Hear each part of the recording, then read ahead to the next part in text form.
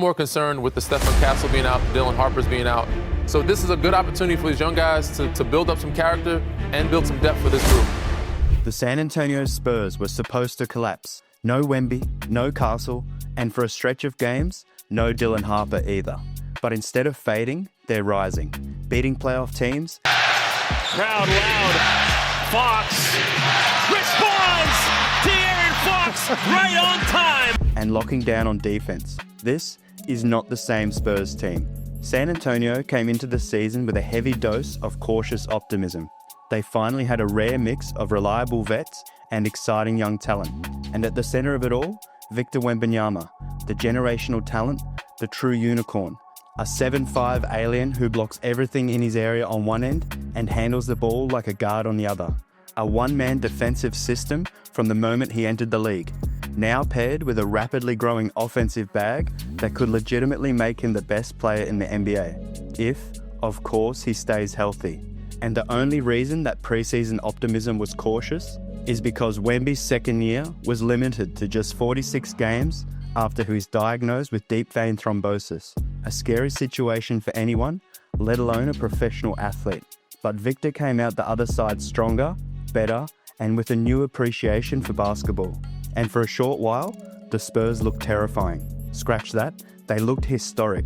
For all their years of sustained excellence and championships, San Antonio had never started a season 5-0 until 25-26. Riding Wemby's 30 points, 14 rebounds, 3 assists, and nearly 5 blocks per game in that stretch, the Spurs blasted through the first week of the regular season.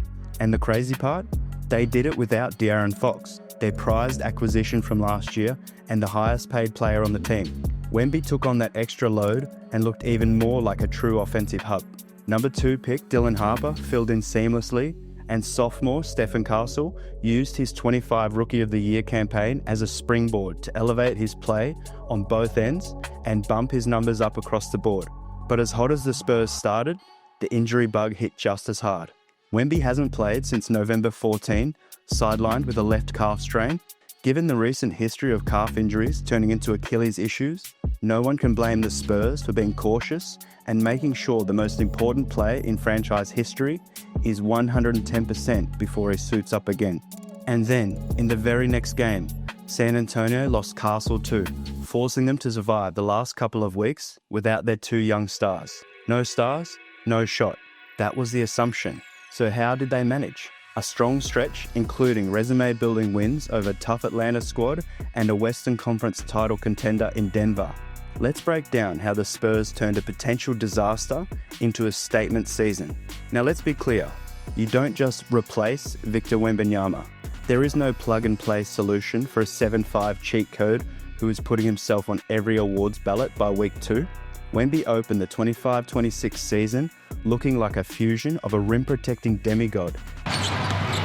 Fears, and Wembanyama sends it away from the rookie. And a fully operational offensive hub. He's leading the league in blocks by a mile, and with his scoring jump, he's on pace to become just the 3rd player since blocks were recorded to average 25 points, 10 rebounds, 4 assists, and 3 blocks, joining Kareem Abdul-Jabbar and David Robinson. And here's the wild part. He's scoring more efficiently than both Hall of Famers did. So yeah, you don't casually fill that hole. But as San Antonio waits for both Wemby and Castle to return, the Spurs have stumbled into a surprisingly powerful formula, not just to stay afloat, but to rack up wins. They've gone 5-2, not by overwhelming teams with talent, but by dominating one of the least glamorous, yet most decisive parts of basketball. Possessions. It sounds basic, almost too simple. If you create more possessions than your opponent, your chance of winning skyrockets. And that's exactly what the Spurs have leaned into. Take their win over the Blazers. They didn't shoot well, nothing pretty, nothing explosive. But they took 14 more shots than Portland. That alone flipped the game script. When you're missing your 25-point franchise player, that kind of possession advantage becomes your lifeline. A huge part of that shift traces back to De'Aaron Fox taking full control of the offense. With Fox steering the ship, San Antonio's turnover numbers have dropped significantly. They've had 10 or fewer turnovers in 5 of the 7 games without Wemby and Castle. And it makes sense. Those two were first and second on the team in turnovers, And with them sidelined, the Spurs are playing a cleaner, calmer, more structured brand of basketball. Fox's steady hand has become the organising force they desperately needed in the half court. Another huge reason the Spurs are surviving this stretch? They're bullying teams on the offensive glass. San Antonio's offensive rebounding has jumped noticeably from last season, and it's not by accident. Jeremy Sohan is flying in from the corners, Luke Cornett is using every inch of his size, and Keldon Johnson is crashing like he's trying to fight his way into a UFC card. Those extra boards are converting empty possessions into second chances, and second chances into wins. And on defense, the Spurs are doing what smart, thin rosters have to do. Play sharp, not cute. Without two of their best defenders, they can't overwhelm teams with individual talent. So instead, they're controlling the shot diet. For years, the Spurs' defensive identity has been the same. Lure opponents into the least efficient looks on the floor, the mid-range. That philosophy hasn't changed one bit. San Antonio currently allows more mid-range jumpers than any team in the league by a comfortable margin. Opponents knock them down at about 41.8%, which sounds solid until you realise that's terrible points per possession outcome. Plus, mid-range shots rarely draw fouls, so there's almost no added value. Every time the Spurs get you to settle for one of those, they treat it like a defensive win. It may seem like a small thing, but it reflects something much bigger. This team still knows exactly what shot it wants you to take. And when Wembanyama comes back, the league's top rim protector and its defensive rebounding leader, San Antonio's entire blueprint gets supercharged. They'll have the perfect blend of ending possessions and extending their own. Grit has become the identity of this short-handed Spurs squad ever since they lost Wemby and Castle. Somehow, someway, they keep finding answers. They scrap on the glass, they force a turnover when they absolutely need one, they finish tough plays through contact, they just refuse to fold. And at the centre of it all is De'Aaron Fox, who looks completely revitalised. After a messy end to his Kings run, and then going down with an injury early in his first Spurs season, even his biggest supporters, or people around San Antonio, might have quietly wondered if this was the beginning of Fox's decline. The answer? A resounding no. In the games without Wemby this season, Fox is putting up 26 points, 3 rebounds and 7 assists, still flashing that ridiculous end-to-end speed, still slicing to the rim against anybody in front of him, still using his vet feel to create for teammates. The rim pressure is as real as ever. At 6'3", Fox has always been one of the league's most effective slashers with an almost weird ability to finish around the basket. That hasn't changed. He's converting 81% of his shots within 3 feet, and those looks make up over 18% of his offense. That level of rim pressure forces defenses into uncomfortable choices. Drop back to protect the basket and risk giving him space, or step up higher on the floor to try cut off the drive. Normally, this is where Fox's mid-range pull-up would punish teams, but this year, he's hitting just 30% of his shots from 10 feet out to the three-point line. So Fox adjusted, and the adjustment starts from deep.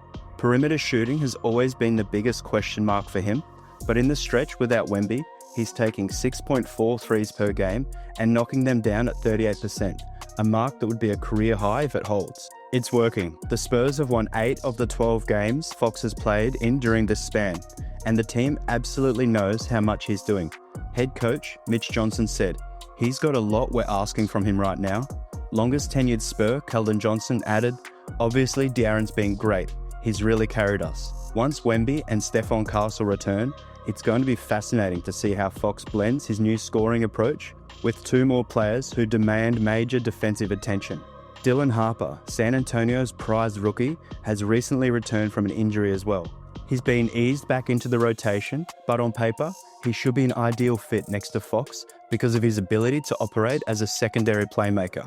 Fox could absolutely use another threat who draws defensive attention and can set him up. Especially when he's working off the ball, Harper has the tools to become exactly that. Even after missing 10 games, Harper has stepped right back in and reminded everyone what was already clear during his pre-injury stretch. He does not look like a typical rookie. He's quickly become a key bench piece for Mitch Johnson thanks to his dynamic scoring and defensive upside. He flashes that end-to-end burst in the open floor, but what really stands out is his composure. He rarely looks sped up, playing more like someone who's been in the league for a few seasons. He's also consistently getting into the paint and creating for others, which is huge for the Spurs' second unit. When Fox sits and the playmaking reins need to shift, Harper gives San Antonio a steady, confident option who can keep the offense afloat. While Fox is the flashiest name on the roster right now, and Harper is still carrying the buzz of being the number 2 pick, the surge isn't just about the newcomers. The guys who've worn the silver and black for years are stepping up in a massive way without Wemby, and no game captured that better than their statement win over the Nuggets. It looked bleak early. Denver punched first and went on a 23-8 run in the second quarter. San Antonio went into halftime 74-59, and on paper, the excuses were ready-made. Missing their 2 best defenders, facing the league's top offense led by Nikola Jokic, the best player on the planet, and Jamal Murray, an elite co-star, logic said this was a mismatch. But the Spurs didn't fold. A pair of 4-point plays flipped the momentum, cutting into an 18-point deficit, and you could feel it. San Antonio treated this like a must-win, not just to clinch their first NBA Cup quarterfinals appearance, but to send a message. We can compete right now, with or without Wemby. With composure and an insane level of effort, the Spurs took their 5th win without their star, outlasting Denver 139-136. Leading the charge were the 2 longest tenured Spurs, Devin Vassell and Keldon Johnson. Vassell was on another level. He dropped 35 points on 12 of 17 shooting, drilling 7 of his 9 threes, and every time the offense stalled late in the 4th, he was the one who delivered the dagger shots to hold off Denver. For someone labelled by some as the most disappointing player early in the season, this had to feel like a breakthrough. He's settling into his role as a deadly off-ball shot maker, and the Denver game might have been the best performance of his career. Keldon Johnson, meanwhile, has become the heartbeat of the team. He and Julian Champagnie were the emotional engine behind that third quarter surge that dragged San Antonio back into the game. Keldon nearly posted another double-double with 14 points and 8 rebounds. He's far from perfect defensively, but the energy, the toughness, the buy-in, it's contagious. And Champagnie himself keeps rising. He's become a real piece for this team, spacing the floor with confident long-range shooting and giving them dependable defense. There's a little bit of Harrison Barnes vibes to his game right now. And then there's Harrison Barnes, Mr. 100%. The veteran floor spacer has become an essential piece of this team's chemistry, bringing exactly what a young roster needs: steady leadership, reliable shooting, and the kind of composure that comes from over a decade in the league. At 33 years old, Barnes isn't trying to be a star, he's content being a weapon. His role is straightforward: space the floor and let the playmakers work. He's shooting 42% from deep this season, and that gravity matters. Defenses can't sag off him, which opens driving lanes for Fox and creates more room for everyone else to operate. It's the kind of thankless work that doesn't show up in highlight reels, but it's absolutely critical to how this offense functions. But Barnes can still put on a show when needed. His 31-point explosion against Memphis, where he went 7 for 12 from 3, was a reminder that beneath the vet's steady exterior lies a legit scorer. It's that unpredictability, combined with his consistency, that makes him such a valuable piece for San Antonio. With Harper back in the mix, the Spurs lineups have stayed fluid and connected. Even without Wemby and Castle, who apparently skipped the memo about the sophomore slump, San Antonio still ranks top 10 in scoring, offensive rating, and net rating over this stretch. This team isn't just hanging on, it's evolving in real time. Players are stepping into responsibilities we weren't sure they were ready for and delivering. During the tanking years, the big fear was bad habits would become part of the culture. But their battle against the Nuggets showed the complete opposite. This team has winning habits, they compete, they run real offense, they take punches and answer back, they close. And they did all of that without their franchise player against one of the best teams in the NBA. Right now, a bigger picture question is, how do Wemby and Castle plug back into the formula the Spurs have discovered? When both return, this possession-first identity should only get stronger. Castle, who led the NBA in turnovers earlier this season, won't be asked to carry the same on-ball load. Instead, he'll slide naturally into a secondary handler role, sharing the floor with either Fox or Dylan Harper at all times. That alone should trim his turnover numbers and let him play to his strengths. And Wemby, with Fox running the show and Harper emerging, he won't have to initiate nearly as much from the perimeter, That should clean up his turnovers too, especially if he and Fox can build a consistent two-man game. A more streamlined, efficient Wemby is a scary thought. Defensively, San Antonio could level up immediately once the backcourt is whole again. Fox is one of the league's best thieves at the point of attack. Castle has already shown real lockdown potential. Add in Devin Vassell, who's having one of his best defensive seasons, and suddenly, the Spurs have the blueprint for one of the NBA's most disruptive perimeter groups. More steals, more chaos, more possessions, which feeds directly into the system that's powering this early season surge. And with Wemby lurking behind them, scaring the you-know-what out of every opposing player who even thinks about driving into the paint, that's elite defensive potential across the board. And here's the wild part. Even with injuries, cold shooting nights, and turnover problems early on, the Spurs still ranked 7th in offensive rating after Thanksgiving.